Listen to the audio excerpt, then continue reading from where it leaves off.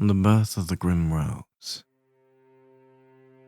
Born from a stolen union, Valaeus and his brother were given life from a runaway bride taken by a once loyal knight, both in heart and in body. His twin brother, Valdemir, was given to a hardened dwarf warrior by the name of Windvoln to watch over him within the wild, to keep him safe from the groom's hand. In Val's case, however, it was an entirely different story. The poor feline's heart was ill-born, incapable of keeping the kid alive for even another hour.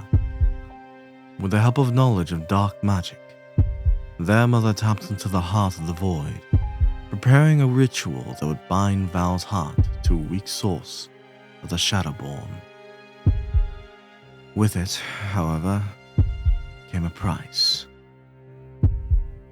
Upon completion, the power of darkness was set upon Valaeus' heart, molding them into one entity. One could not live without the other. What's more, the moment the deed was done, his mother's life was forfeit, and her soul was surrendered in return for the service of the void. With the task done, the mourning father brought his children to their new homes to keep them safe. Val was brought to a noble drow's acquaintance's home in a land known as Undervale, which lied beneath the lands of each of the continents of Evelsia as a vast, barren tunnel system. He begged them to keep his child and keep them safe. The noble agreed, though in return, Valaeus was to be made a servant and a personal pet for their daughter at the right age. The knight reluctantly agreed and set off on his own, daring to stand against the noble he defied. However, the knight never returned. Years passed as the young Kit was raised in luxury, but his time of leisure was slowly brought to a close, as he would begin being taught the methods of servitude at the age of 6. They simply started out learning about them rather than putting them into practice, until 2 years later. Their tasks started small and grew larger as they became more adept. By the age of 10, they knew the ins and outs of cleaning as well as cooking, starting with minor meals along with a recipe to follow. Once 10, their mentor Marvin, the head butler, had them take up arms, learning the art of the dual blade, as well as the art of magic to protect their mistress. One day, however, during Val's training, as stress seemed to take hold, Marvin noted a dark power seeping from the kid's eyes, and even infused it involuntarily into their weapons. Knowing best to keep it under wraps, Marvin agreed to help them control it. In the years to come, Valaeus had gained control over the darkness within them, seeing that its source was still quite young as well. They held the art of the Shade Shifter, a being that could manipulate their own dark source to forge weaponry, attires, simple items, and even alter their form at will. Though the being within them aided their control greatly. Their magics were drawn from the entity drawn from the Black Veil, who allowed them to wield their power within Val. In return, Val would obey them and allow them to slumber until needed for battle. In time, the two grew fond of one another, and she even granted her name to them, Nocturne. Upon the very same year, they were allowed to finally meet the mistress they were to serve, albeit simple tasks to start with until they were older. Lady Indane Silvaros. The woman of 15 grew quite close to the young kid, as they were to her, enjoying spending time with one another while they cleaned and served. Val grew to love it over the years, as well as grow fond of their mistress. They even found themselves curious of the makeup and clothes she wore, and tried them on themselves. It was innocent at first, simply something funny for them to wear, and they both enjoyed the cute activity.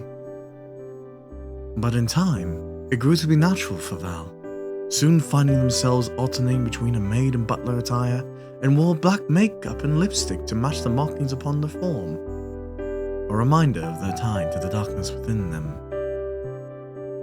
Years passed as a good pet grew with experience, both in broom and blade, and even servitude became their addiction. They yearned to serve their mistress however they could, and she even granted them the right of pleasure upon their 18th birthday. Out of her father's knowledge, of course. However, one other was soon drawn to the devoted cat. One day, as they ventured into the depths of the Underdark for ingredients, they managed to find the hidden hoard of a humble dragoness. Though she was territorial to the trespasser, Val made their intentions clear that they were not in search for her gold. Though in repayment for their transgressions, they were to perform a deed of service to her to be spared. They chose to sing for her, which managed to entice and soothe the violet-scaled being. She soon shifted into a humanoid appearance and began to chat with the young servant, curious of their nature and appearance. This was the day that granted Val the fascination and adoration of dragons and dragonkin alike. Were they not already claimed by another, they would have happily given their collar to her to serve. But they were content enough as friends and allies. They would not soon forget her name either, Zendrina. Their joy would not last, as 3 years later, a raid was set upon the mansion.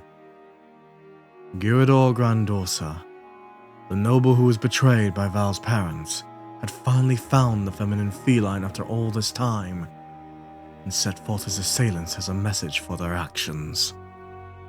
Sadly, Valaeus was out collecting ingredients in the caves of Undervale, as well as shopping from the markets. When they returned to the mansion, they would find their home in flames, countless servants slain, and worst of all, their mistress's deceased form upon the ground.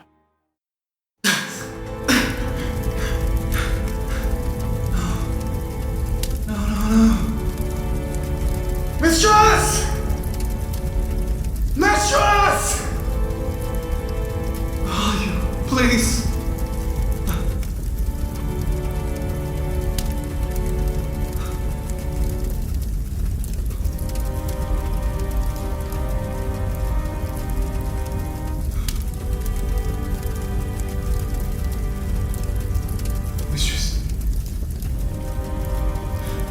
Please, no. You have to wake up. I can't be loving it. It's just please.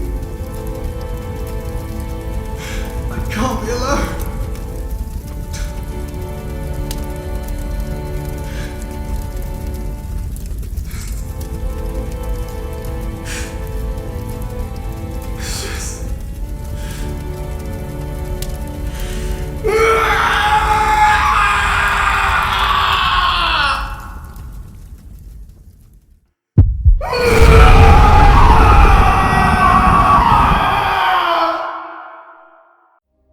Seeing their mistress lie dead before them, Valaeus unleashed their dark power into a fit of rage, allowing Nocturne to finally take hold of them to set forth their wrath upon the assassins.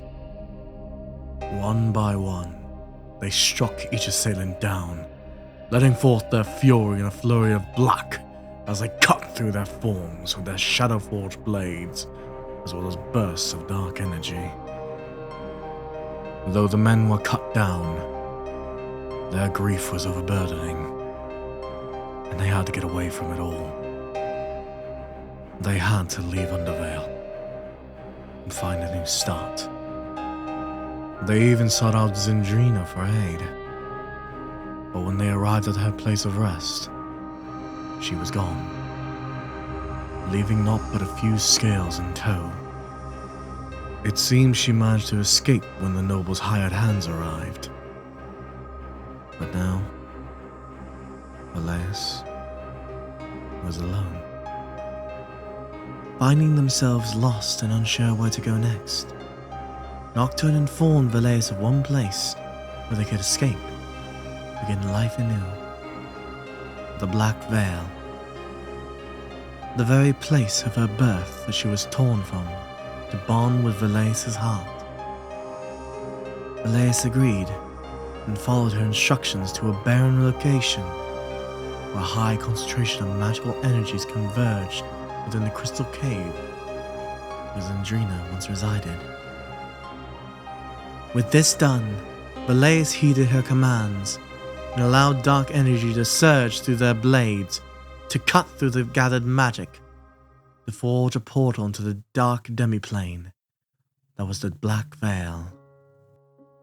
With their decision made, Valaeus stepped forward, having the portal close behind them soon after. It was there they were met with only darkness around them, a complete void with no signs of other entities around them. Yet with Nocturne's influence, she allowed Valaeus to see the visible passages they could traverse. On and on they moved for what seemed like hours, until they finally came across an open area where naught stood but shadows. This is where we make our new home. Nocturne's words rang within Val's mind. It was then Val's next step of training would begin, to completely embrace the darkness within them and around them. And thus, Val obeyed, forging the darkness around them into several structures. It began with the grass and grounds of the estate.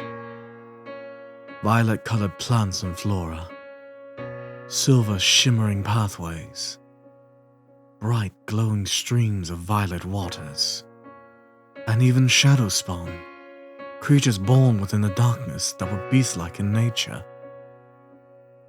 Under their hand, they were docile and peaceful, and even lent their aid to the dutiful servant. Next was the estate itself. Walls of ebony and silver-trimmed linings to grant it further beauty, along with violet-tinged windows. The estate itself was rather impressive on the outside, capable of housing many. But little did Val realize that with Nocturne's instructions, it would hold far more than they could ever imagine. With the structure complete, the final steps were the inner workings of the estate itself. Inside, the halls were lit with purple flame braziers and torches to allow outsiders to see within and outside of the estate's grounds. The inner walls were of silver coloring, while its carpets were of an ominous but welcoming shadow-weaved material. A desk was constructed for the head servant to welcome the estate's visitors and honor guests alike. What's more, the dark corridors would slowly form and forge hallways to lead others to the destination by Valaeus' influence of power. Rooms would be made based on the desires and standards of honored guests and hold luxuries to ensure the highest level of comfort during their stay. What's more is that the gender-fluid cat would have permanently made rooms for honored guests to indulge within, ranging from the bathhouse to the entertainment halls that tended to many races' needs and specifications, such as slime folk who could bathe and relax within special liquid that would tend to every inch of their forms, inside and out. With the abode completed after what seemed to be months of training and formations, the dutiful servant was ready to welcome and tend to any who would arrive, in one way or another, to their new home. They would be ready to serve any need they desired. Be it simple, innocent requests like a nice meal and company, or even more carnal and sensual desires like personal care and overnight attention.